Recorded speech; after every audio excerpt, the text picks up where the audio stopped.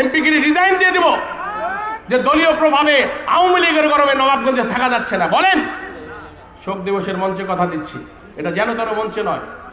বঙ্গবন্ধুকে যে মাসে হারিয়েছি, সেই কলঙ্কিত মাস, সেই চোখের কান্নার মাস, সেই শূন্যতার মাস, সেই হাহাকারের মাস, সেই চিৎকার করে কাদার মাস, আগস্ট মাস।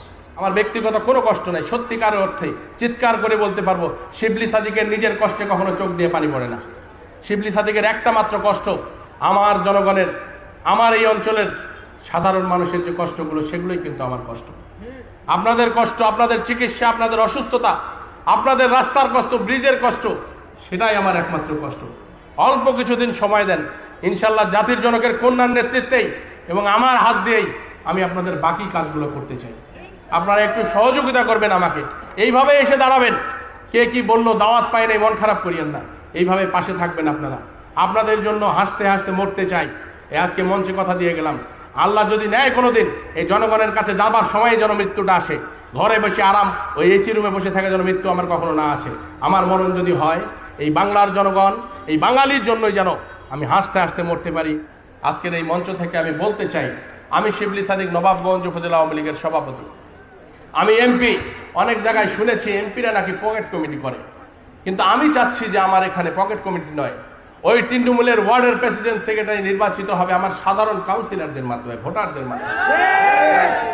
ওই ইউনিয়নের কাউন্সিল হবে আমার ওয়ার্ডের যারা কাউন্সিলর হবেন তাদের মাধ্যমে, ইউনিয়নের কাউন্সিল হবে, তারপরে উপজেলার কাউন্সিল হবে। জেলার বড় নেতা বলেছেন তার দরকার নাই। আমি ধিক্কার জানাই, লজ্জা হয় আমার।